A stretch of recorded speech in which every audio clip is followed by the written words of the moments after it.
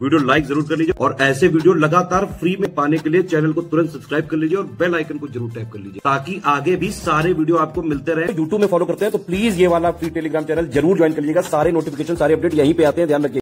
दोस्तों स्वागत है आपका CSAT प्रिपरेशन के इस YouTube चैनल पर। आज की इस वीडियो में हम लोग यूपी PCS प्री 2025 के लिए CSAT मैथ्स के एक बेहतरीन क्लास के साथ हाजिर हैं, जिसमें हम कुछ प्रश्नों का डिस्कशन करेंगे जो पिछले वर्षों के पेपर में पूछे जा चुके हैं। यह क्लास यूपी PCS के साथ साथ अन्य सभी प्रकार के प्रतियोगी परीक्षाओं के लिए भी अत्यंत महत्वपूर्ण है। तो चलिए दोस्तों शुरू करते हैं आज के इस इंटरेस्टिंग सेशन को। इससे पहले कुछ जरूरी सूचनाएं। अगर आप टीम के पेड कोर्सेज को ज्वाइन करना चाहते हैं तो स्क्रीन पर दिख रहे किसी भी नंबर पर आप कॉल या व्हाट्सएप कर जानकारी प्राप्त कर सकते हैं। चलिए अब प्रश्नों को देखते हैं। देखिए यहाँ पर प्रश्न दिया है, तीन वृत्त जिनके केंद्र क्रमशः ABC परस्पर एक दूसरे को बाह्यतः स्पर्श करते हैं। यदि AB बराबर 5 सेंटीमीटर, BC बराबर 7 सेंटीमीटर और CA बराबर 6 सेंटीमीटर है तो केंद्र वाले वृत्त की त्रिज्या ज्ञात कीजिए। यहाँ पे कुछ मिसिंग है। यहाँ पे देखिए दिया है 3 circles with centre ABC respectively touch each other externally if AB is 5 centimeter, BC is equal to 7 centimeter and CA is equal to 6 centimeter, then the radius of the circle with center A। मतलब जिस circle का radius A है, जिस circle का centre A है उसी का radius आपको बताना है। हालांकि देखिए यहाँ पे पूछा है कि वृत्त की त्रिज्या आप सबकी बता सकते हो। देखिए इस प्रश्न को कैसे सॉल्व करना है। देखिए 3 सर्कल है, मान लीजिएगा एक पहला सर्कल हो गया, यहाँ पर ये दूसरा सर्कल है और यहीं पर हम लोग एक मान लेते हैं ये तीसरा सर्कल है। रुकिए चलिए, ये तीनों को टच करना चाहिए। आप मान के चलेगा, इसको मैं ऐसे ही बना दे रहा हूँ पेन से, ये टच करता हुआ ये तीसरा सर्कल है। ठीक, ये 3 सर्कल है। अब इसका केंद्र क्या बताया जा रहा है, एक का सेंटर है A, मान लीजिएगा यहाँ पर A है, दूसरे का सेंटर है B और तीसरे का सेंटर है C। आप कॉन्सेप्ट को समझिए, प्रश्न अपने आप बन जाएगा। इसका सेंटर A हो गया, इसका सेंटर B हो गया और इसका सेंटर C हो गया। ये एक दूसरे को ऐसे ये टच करते हैं, AB, BC और CA। इसकी लंबाई यहाँ पर दी होगी। देखिए AB बराबर कितना दे रखा है, यहाँ पे मैं कलर चेंज करता हूँ ताकि थोड़ा सा अच्छा दिखे। AB बराबर है 5 और BC बराबर कितना दे रखा है, BC बराबर 7 दे रखा है और CA बराबर कितना दे रखा है, 6 दे रखा है। अब ये प्रश्न बड़ी आसानी से बन जाएगा। आपको एक कॉन्सेप्ट पता होना चाहिए। अगर कभी भी इस प्रकार की आकृति बनती है तो इसमें जो त्रिभुज का परिमाप होता है 2 गुणे वृत्त की त्रिज्याओं के योग के बराबर होता है। इसमें फार्मूला क्या लगेगा, त्रिभुज का जो परिमाप बनेगा, त्रिभुज का परिमाप होता है इज इक्वल टू 2 और इनटू में क्या लिखा जाता है, वृत्त की त्रिज्या का योग। ये कॉन्सेप्ट यहाँ पर यूज होता है। अगर इस कॉन्सेप्ट को आप यूज करेंगे तो आप आसानी से प्रश्न बना लेंगे। अब ऐसे समझिए, यहाँ पे जो ये A वाला त्रिज्या है, मतलब मैं इस त्रिज्या को मान लेता हूँ X हो गया, है ना। अगर ये X हो गया तो इस तरफ भी ये कितना हो जाएगा, X हो जाएगा। ये Y है तो ये भी क्या हो जाएगा, Y हो जाएगा। नीचे Z और ये भी क्या हो गया, Z हो गया, क्योंकि भाई वृत्त की त्रिज्या बराबर है ना। जैसे देखिए अगर आप इसमें देखेंगे तो ये दोनों बराबर हो जाएगा, तो इसी वजह से Z हो गया। अब जैसे अगर आप इसमें देखेंगे तो ये दोनों बराबर है, इस वजह से क्या हो गया, X हो गया। और अगर आप मान के चलिए यहाँ पर देखेंगे तो दोनों बराबर है, इस वजह से ये Y बन गया। इतना तक सबको समझ में आ रहा है। तो अब त्रिभुज का परिमाप क्या होता है, भुजाओं के योग के समान होता है। तो आप आराम से लिख लेंगे 6 5 11, 11 और 7 18, 18 हो जाएगा। और बराबर में इधर देखिए 2। अब यहाँ पे कंडीशन समझो, देखो X 2 बार आएगा, Y भी दो बार आएगा और Z भी 2 बार आएगा। तो आप आराम से लिख लेंगे X plus Y plus Z। अब यहाँ से देखिए इसको काटेंगे तो X plus Y plus Z is equal to 9 आपको मिल जाएगा। कोई दिक्कत नहीं। X plus Y plus Z is equal to 9 है। लेकिन इधर देखिए X और Z, आप इसको देखिए X और Z दोनों मिलके कितने आ रहे हैं, 6 आ रहे हैं। X और Z अगर 6 है तो Y बराबर कितना हो जाएगा, Y बराबर 9 हो जाएगा। अब Y किस में है, तो ये B वाले में, तो माफ कीजिएगा मैं 9 लिख रहा हूँ, Y बराबर 3 हो जाएगा। तो अगर B वाले की त्रिज्या पूछता तो आप 3 लिखते। ठीक, आगे देखिएगा यहाँ पर इसको देखिए। अब ये Y और Z मिलके कितना बन रहा है, ये दो ओवरऑल 7 बन रहा है। तो यहाँ से X की वैल्यू कितनी हो जाएगी, X की वैल्यू 2 आ जाएगी और X किसकी त्रिज्या है, A की त्रिज्या, और A वाला ही पूछा है तो आप 2 आराम से टिक कर लेंगे। तो इसका सही उत्तर हो जाएगा 2, जो कि विकल्प B में दिख रहा है। तो यही इस प्रश्न का उत्तर बनेगा। दोस्तों ये प्रश्न आपको अगर कॉम्प्लिकेटेड लगा है तो कॉम्प्लिकेटेड नहीं है, बस आपको कॉन्सेप्ट पता होना चाहिए, आप आराम से कर लेंगे। एक बार फिर से समझने का प्रयास कीजिए। देखिए यहाँ पर एक वृत्त है A, ठीक, एक दूसरा वृत्त है B और एक तीसरा वृत्त है C। ये 3 वृत्त हैं। अब इन यहाँ पे रेखा खींचा गया। देखिए इसका केंद्र और इसका केंद्र, इन दोनों को आपस में ऐसे स्पर्श करा दिया गया। अब ये स्पर्श कर रहे हैं, है ना। यहाँ पे ये A, यहाँ पर B और यहाँ पर C। देखिए जो त्रिभुज का परिमाप है, अब यहाँ पे देखिए ये आधा, ये त्रिज्या है, ये त्रिज्या है, 2 बार त्रिज्या आ गया, फिर 2 बार आ गया और फिर यहाँ पर भी 2 बार आ गया। तो सीधा सीधा आप क्या लिखेंगे कि त्रिभुज का परिमाप 2 गुणे वृत्त के त्रिज्याओं का योग होता है। आप आराम से इसको हल कर लेंगे और प्रश्न बन जाएगा।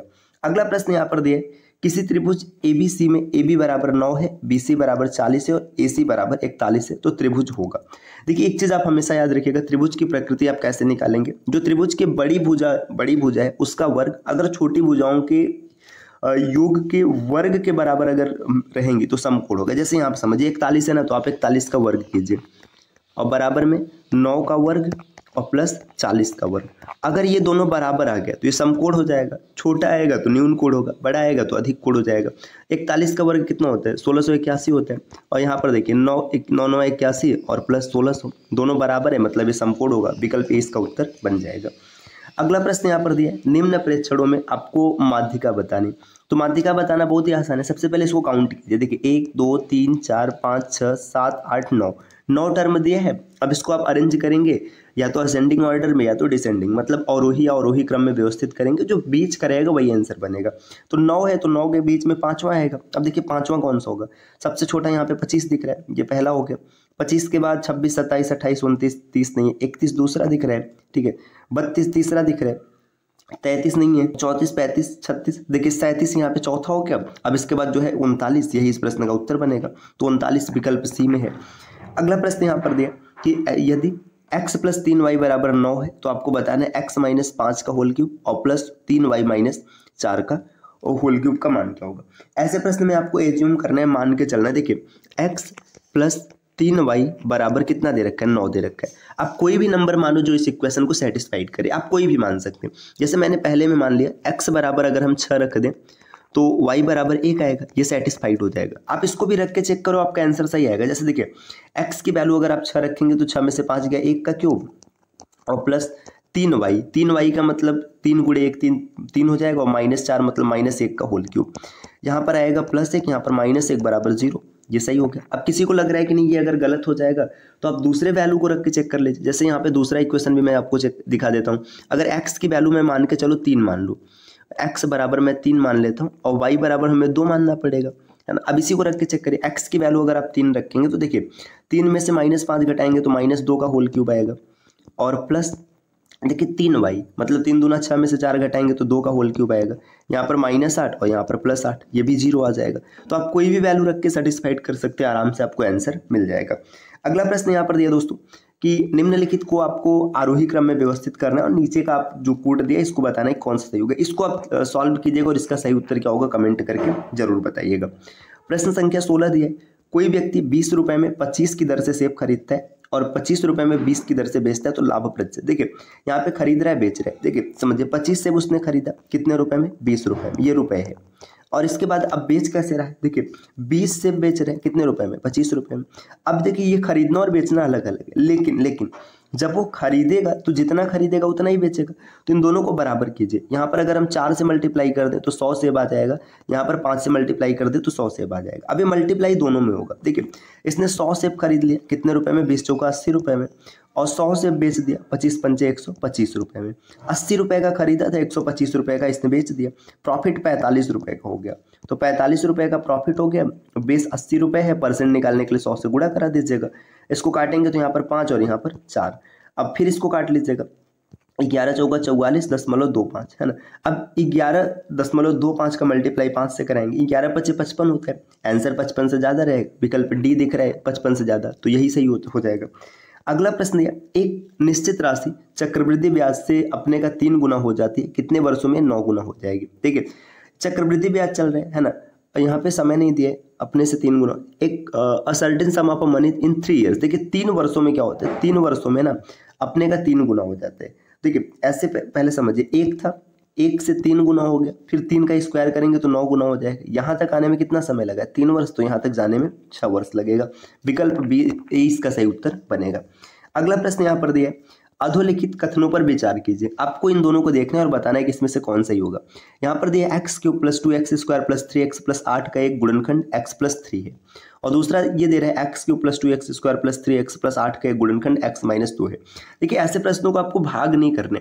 देखिए x + 3 अगर इसका एक गुणनखंड होगा ना तो x + 3 = 0 हो जाएगा। x = -3, ये रखने पर ये वैल्यू 0 हो जाएगा। रख के चेक कर लेते, -3 रखेंगे तो x का क्यूब मतलब -27 आ जाएगा, प्लस 3 त्रिक का 9 दूना 18 हो जाएगा, ये -27 रहेगा, और प्लस 3 त्रिक का 9x और प्लस 8। अब इसको चेक करिए, देखिए ये -9 हो जाएगा, 27 और 9, 27 9 कितना हो जाएगा, 36 हो जाएगा, और 18 8 26, ये पहला गलत हो जाएगा।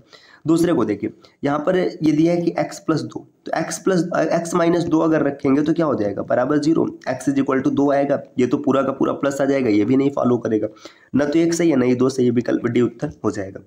अगला प्रश्न दिया 19 नंबर का, x² - 1 अपान x + 1 और plus x³ - 1 x² plus x + 1 का सरलतम रूप है।